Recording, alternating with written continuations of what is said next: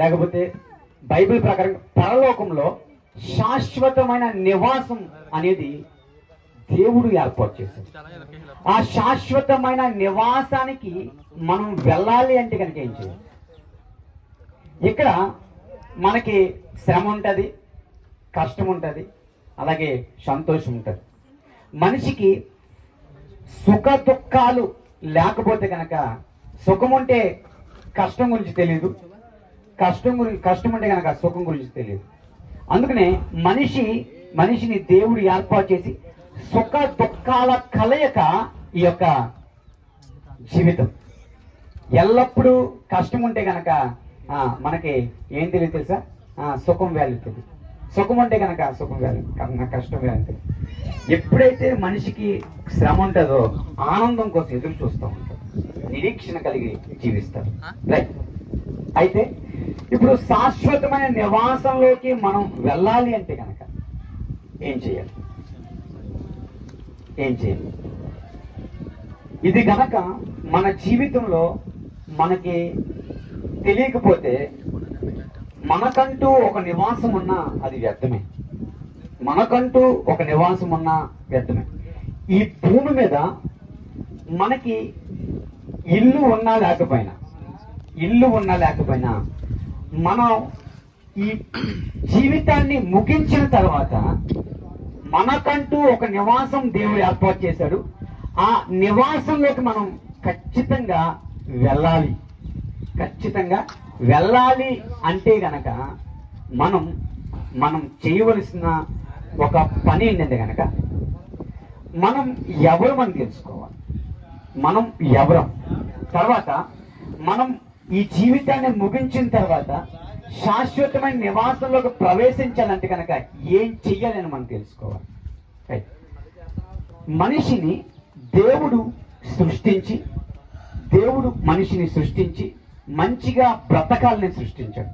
కానీ మనిషి తన జీవితాన్ని, తన యొక్క బ్రతుకుని పాడు చేసుకుని సంతోషాన్ని పోగొట్టుకుని దుఃఖంతో బ్రతుకుతూ ఉన్నాడు.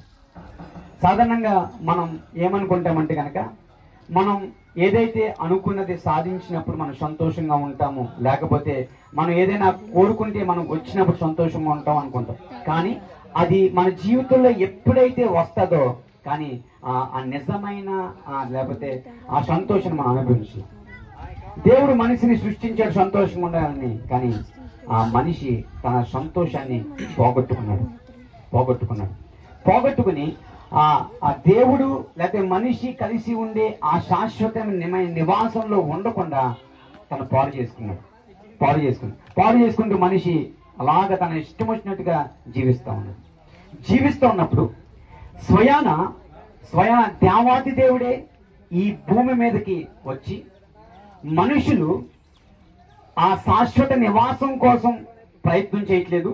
ఇక్కడ ఉండాలి లేదా ఇక్కడ సంతోషంగా ఉండాలి అనుకుంటున్నారు తప్ప, ఇక్కడ మహా అయితే ఒక 60-70 సంవత్సరాలు ఆ నివాసం కోసమే ప్రయత్నాలు చేస్తున్నారు కనుక, కానీ ఆ శాశ్వతమైన నివాసం కొరకు మనిషి ప్రయత్నం చేయట్లేదని ఆ దేవాది దేవుడే ఈ భూమి మీదకు వచ్చి మనుషుల కొరకు ఆ శాశ్వత నివాసం మీకు ఒకటి ఉంది అని చెప్పాడు. శాశ్వత నివాసం మీకు ఒకటి ఉంది.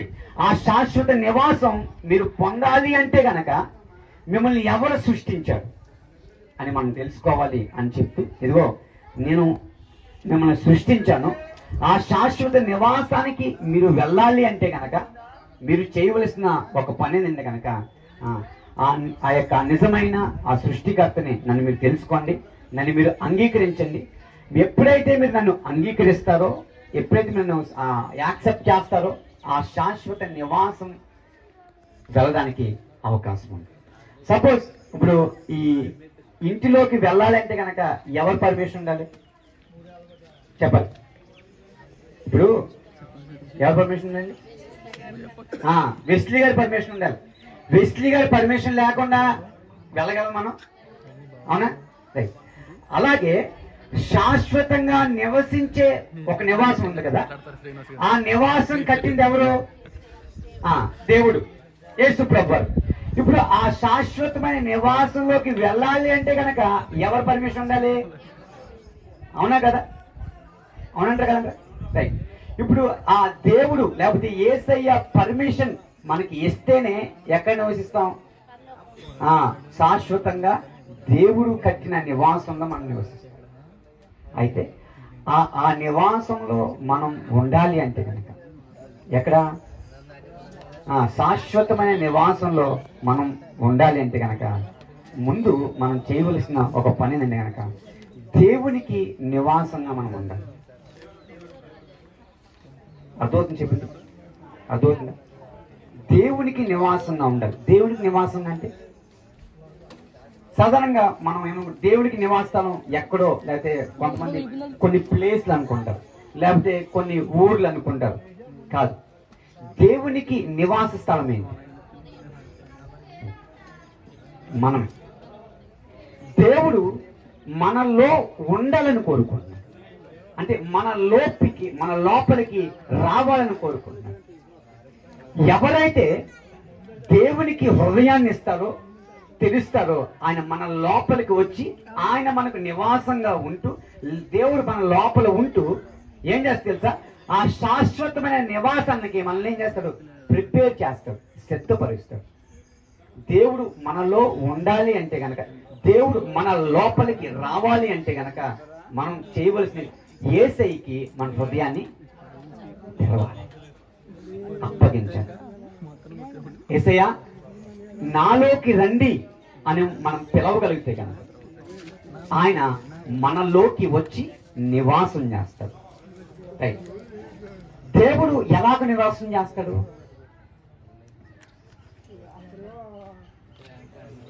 దేవుడు ఎలాగ నివాసం చేస్తాడు చెప్పండి.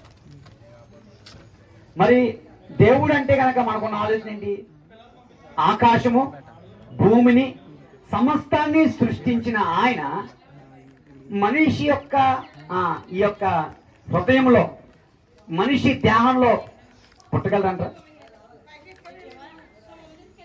మనిషి దేహంలో పుట్టగలరంటారా?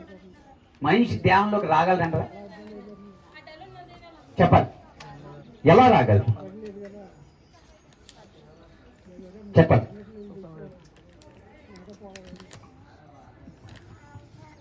ఎలా రాగలరు? దేవుడు అంటే గనక ఆయన ఆత్మ స్వరూపి. ఆయనకి స్వరూపం లేదు. ఎప్పుడైతే దేవుడు ఆత్మ స్వరూపాన్ని తెలుసుకుంటామో ఆయన ఆత్మగా మనలోకి వచ్చి ఏం చేస్తాడు తెలుసా? నివాసం కలిగి ఉంటాడు. ఒక చిన్న విషయం చేసి ముగించేస్తాను. ఎఫెసీయులకు రాసిన పత్రిక 2:22.